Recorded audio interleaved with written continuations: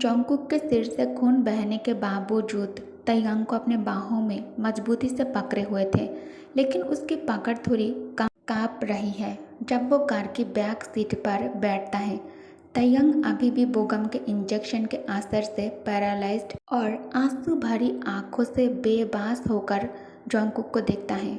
उसका जिस्म शून्य हो चुका है, लेकिन दिमाग तेजी से सोच रहा है, डर और गिल्ट से भरा हुआ।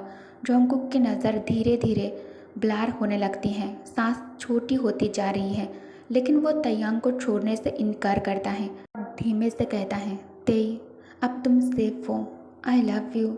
मैं किसी को तुम्हें हर्ट नहीं करने दूंगा। उसकी आवाज़ टूट जाती है दर्द छुपाने की कोशिश में।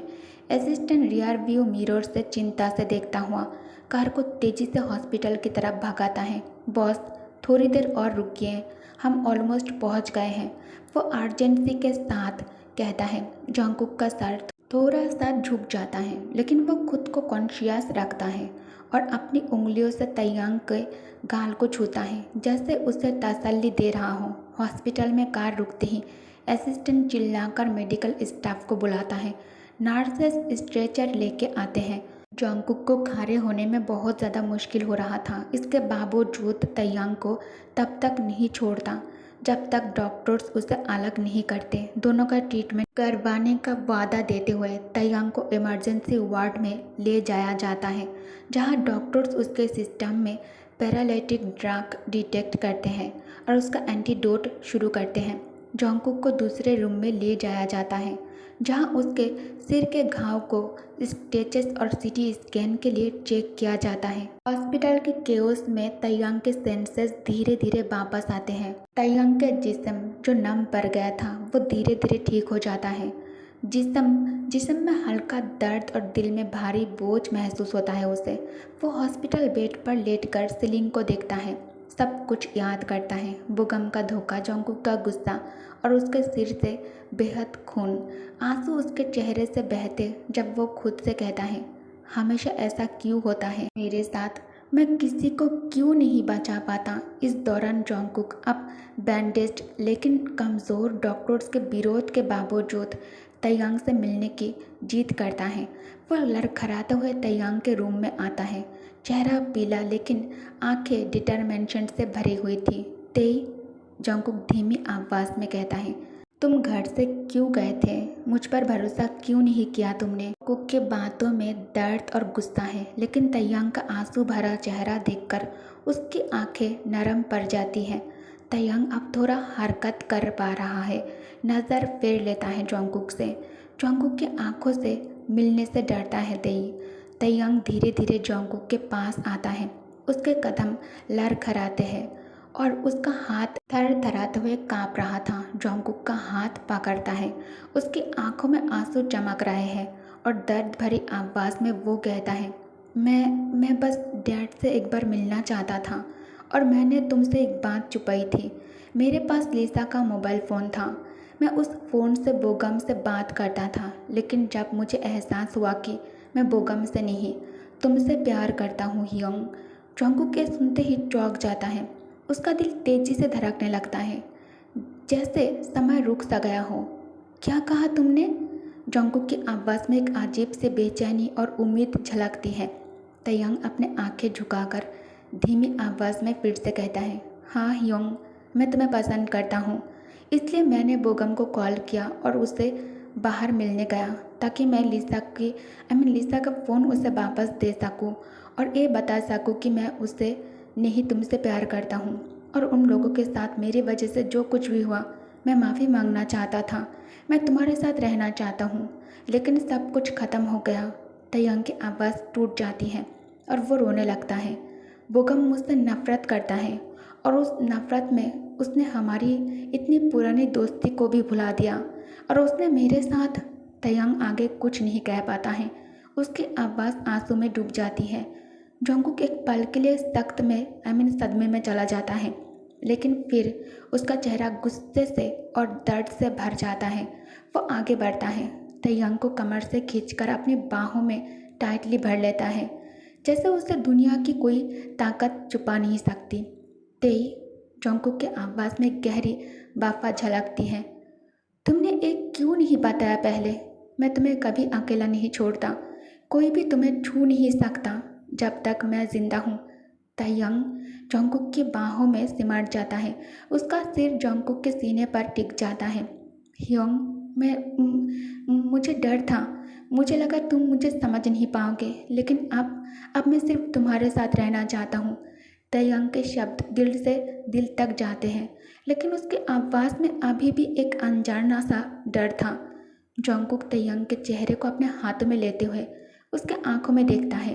ते, मैं तुम्हें वादा करता हूँ, ना कोई बोगम ना कोई और, तुम्हें कभी हर्ट नहीं करेगा कोई। तुम मेरी जिंदगी हो। उसका लफ्ज़ एक कसम की तरह गूंजता है, लेकिन तभी दरवाजे पर एक नर्स दस्तक देती है और कहती है, मिस्टर जियोन, आपके फादर की कंडीशन क्रिटिकल हो गई है, आपको अभी वार्ड में आना होगा। नर्स ने जब कहा मिस्टर किम की तबीयत क्रिटिकल हो गई, सुनते ही तायंग का चेहरा सफ़ेद पड़ जाता है। उसका दिल तेजी से धड़कने लगता है और बिना कुछ सोचे वो वार्ड की तरफ भागता है जहां उसके डैड एडमिट हैं। जोंगकुक तायंग के पीछे पीछे जाने लगता है। उसकी आंखों में चिंता और एक अनजानी सी डर थी। तायंग वार्ड के दरवाजे पर पहुंचते ही अंदर दौड़ता है और उसका दिल उस वक्त टूट जाता है जब वो अपने डैड मिस्टर किम को बेड पर लेटा देखता है। उनकी सांसें धीमी और कमज़ोर होती जा रही है। तायंग अपने डैड के पास तेजी से जाता है, उनका हाथ पकड़कर उनके चेहरे को देखता है। मिस्टर किम की आंखें खुली हैं। वो तायंग को देखते हैं और कुछ कहने की कोशिश करते हैं, लेकिन उनकी सांसें फूलने लगती हैं, शब्द उनके गले में अटक जाते हैं। तायंग का दिल डर से कांप जाता है। डैड, प्लीज़ मुझे मत छोड़िए, वो रोती हुई आवाज़ में कहता है, लेकिन मिस्टर किम की आंखें धीरे धीरे बंद होने लगती हैं। उनका दिल की धड़कन मॉनिटर पर धीरे धीरे कम होती दिखाई देती है। तायंग चीख पड़ता है, डॉक्टर, डॉक्टर जल्दी आइए। वो पास खड़े नर्स के हाथों को पकड़कर उन्हें मिस्टर किम के बेड के पास खींचता है। प्लीज़ मेरे डैड को चेक कीजिए, उन्हें क्या हो रहा है, कुछ कीजिए। उसकी आवाज़ में बेचैनी और डर साफ झलकता है। डॉक्टर तेजी से आता है और मिस्टर किम को चेक करता है, लेकिन तब तक मॉनिटर की आवाज़ एक लंबी बेजान बीप में बदल चुकी है। मिस्टर किम की सांसें बंद हो जाती हैं और उनके जिस्म से जुड़ी सारी मशीन शांत हो जाते हैं। डॉक्टर एक गहरी सांस लेता है, अपना सिर झुकाकर कहता है, आई एम सॉरी। वो तायंग के कंधे पर हाथ रखता है और चुपके से वार्ड से बाहर निकल जाता है। तायंग जैसे सदमे में चला जाता है। तायंग की आंखें खुली रह जाती हैं, लेकिन उसका दिल मानो रुक सा गया हो। डैड, वो धीमे से कहता है और फिर एक झटके से अपने डैड के जिस्म पर गिर पड़ता है। उनके सीने से लिपट कर जोर जोर से तेज रोने लगता है। डैड प्लीज़ वापस आइए, मुझे अकेला मत छोड़िए। उसकी आवाज़ वार्ड के शांत माहौल में गूंजती है, हर शब्द हर दर्द से भरा हुआ। जोंगकुक, जो अब तक दरवाजे पर चुपचाप खड़ा था, धीरे से आगे बढ़ता है। उसकी आंखें तायंग के दर्द को देखकर भर आती हैं, लेकिन उनमें एक अजीब सी सुकून भी है। वो तायंग के पास जाता है और उसे कमर से पकड़कर जबरदस्ती अपने बाहों में खींच लेता है। तायंग रोती हुई हालत में जोंगकुक के सीने से चिपक जाता है, उसकी हाथों को कसकर पकड़ता है और जोर जोर से रोने लगता है। उसका पूरा जिस्म दर्द और दुख से कांप रहा है। जोंगकुक तायंग के बालों में हाथ फिराते हुए धीमे से उसके कान में कहता है, I am sorry baby boy. उसकी आवाज़ में एक अजीब सी गर्मी है, लेकिन उसके शब्द दिल से दिल तक जाते हैं। मन ही मन जोंगकुक सोचता है, जो भी तुम्हें मुझसे दूर करने की कोशिश करेगा उसका यही अंजाम होगा।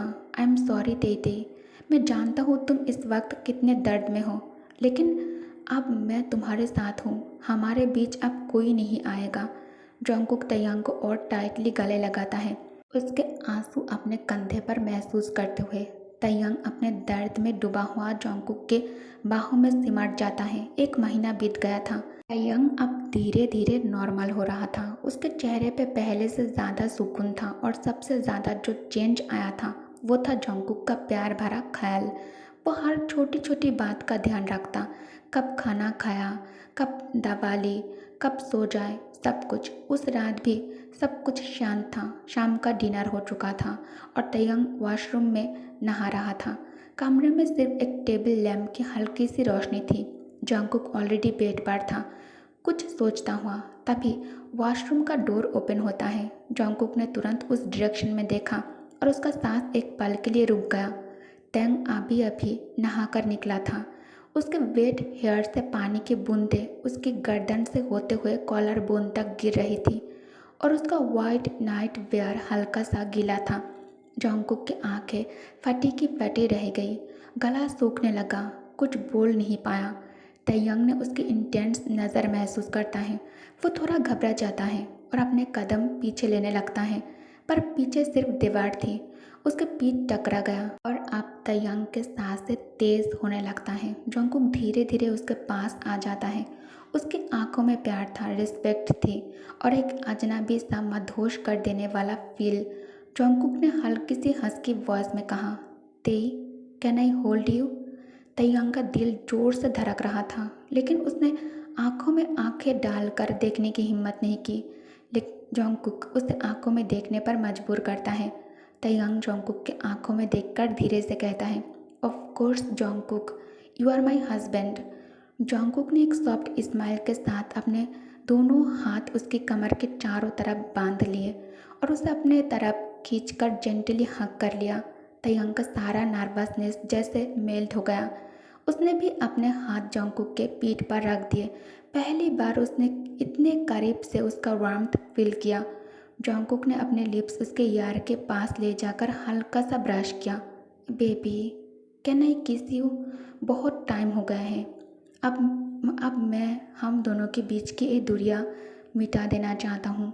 तयंग का चेहरा ये सुनकर लाल हो गया था।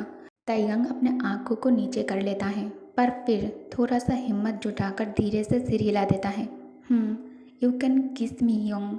उसकी वॉइस हल्की थी लेकिन साफ थी। जंगकुक ने उसके चिन को हल्की सी उंगली से उठाया और उसके लिप्स पर अपने होठ रख दिए। एक सॉफ्ट, जेंटल और फील्ड से भरा हुआ किस।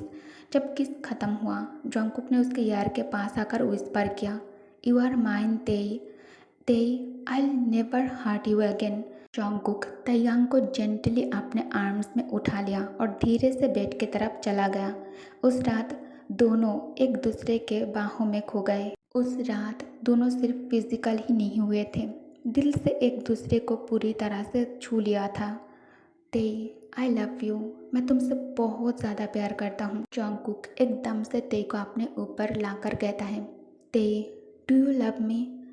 तेई शर्माते हुए कहता है, yes, I love you Yong, I love you very much.